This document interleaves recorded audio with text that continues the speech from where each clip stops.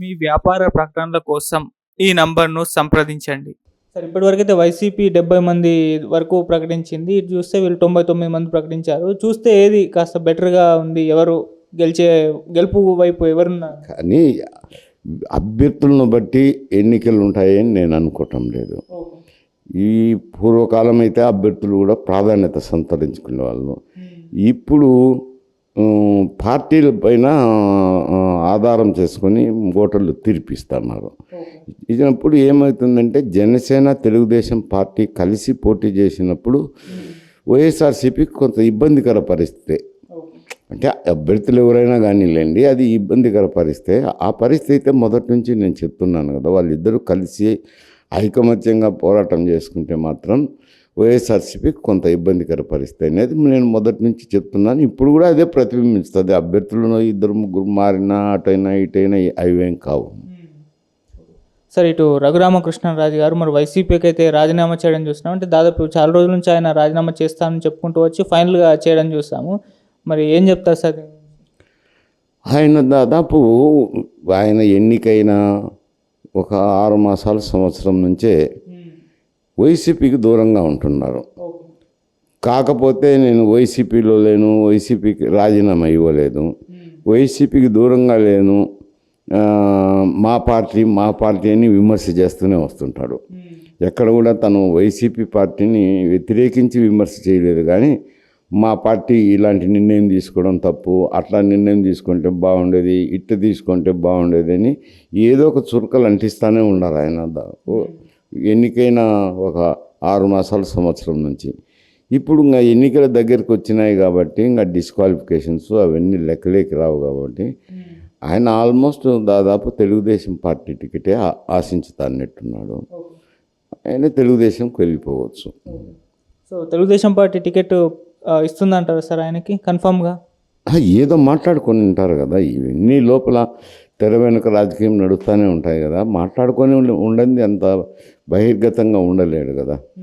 కొంచెం అది కూడా ఎక్స్ప్రెస్ చేసినాడు కదా, తెలుగుదేశం పార్టీ పట్ల మొగ్గు చూపినాడు కదా, చూపినాడంటే ఏదో మాట్లాడుకొని ఉంటారు.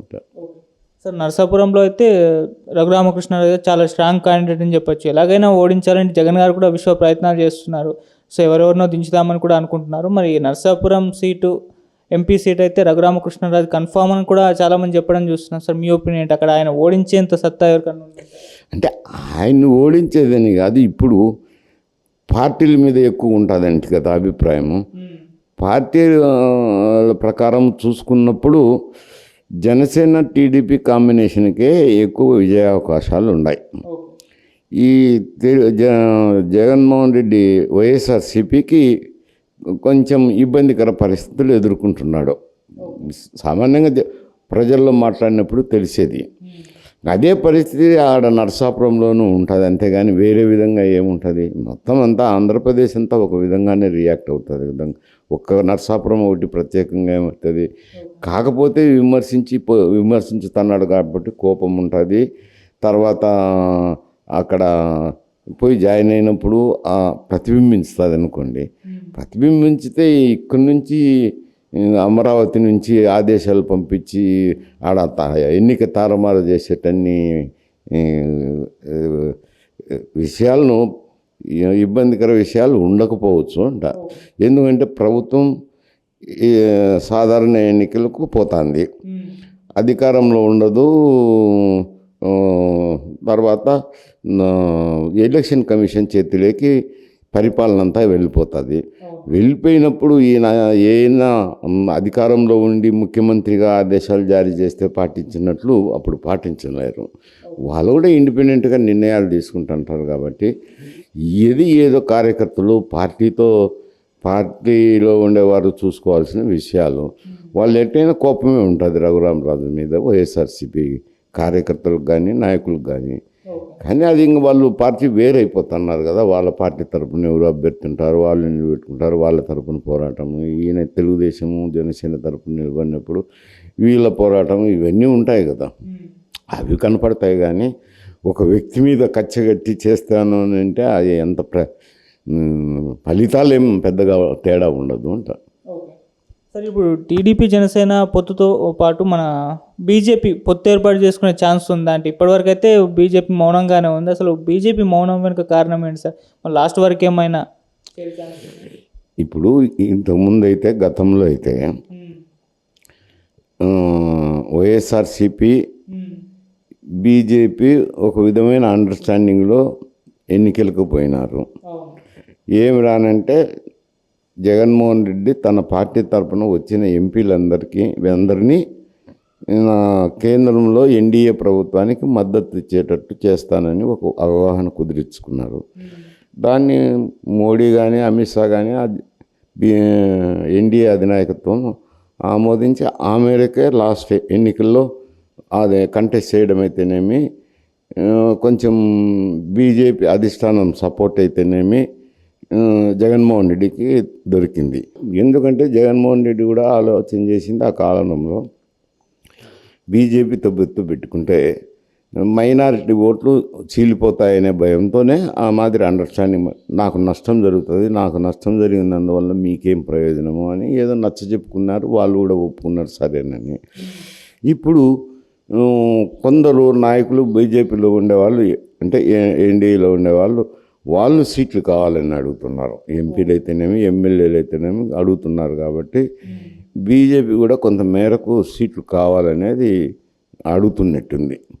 అడిగినప్పుడు కొంత సీట్లు కేటాయించాలా అది దృష్టిలో పెట్టుకొని అందుకే కదా 94 సీట్లు 5 సీట్లకే ప్రకటించినారు. లాస్ట్లో ఎంతో కొంత మేరకు ఇవ్వచ్చునేమో బేరీజ్ వేసుకొని ఇట్ట మైనారిటీలతో ఇబ్బంది లేకుండా ఏదో చూసుకొని బేరీజ్ వేసుకొని ఇస్తారనుకుంటున్నాను. అంటే సార్ ఇంకో వర్షన్ కూడా వినపడింది, అంటే జగన్తో ఇన్నాళ్ళు బాగానే ఉంది కదా, మళ్ళీ ఇప్పుడు బీజేపీతో టీడీపీ జనసేనతో పొత్తుతో వెళ్తే జగన్తో స్నేహం మిస్ అవుతుందేమో అన్న ఆలోచన కూడా బీజేపీ చేస్తుందని కూడా వినపడుతుంది. అది ఏం లేదే, అదేం కనపడలేదు. నేనైతే ఎక్కడ వార్తలు చూడలేదు, ఆ విషయాలు వినలేదు ఎవరి దగ్గర కూడా. వాళ్ళు వాళ్ళ లైను వాళ్ళ థింకింగ్ ఆలోచన చేసుకుంటారు. జగన్మోహన్ రెడ్డిని గురించి ఆలోచన ఎందుకు చేస్తారు? ఎందుకంటే వాళ్ళకి ఇంటెలిజెన్స్ రిపోర్ట్స్ వస్తుంటాయి.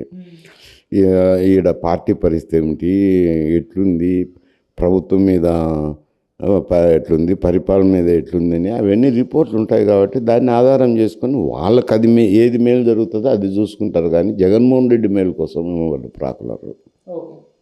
సార్ ఇక మొన్న జగన్మోహన్ రెడ్డి గారికి కొద్దిగా సెక్యూరిటీ పెంచారు సార్.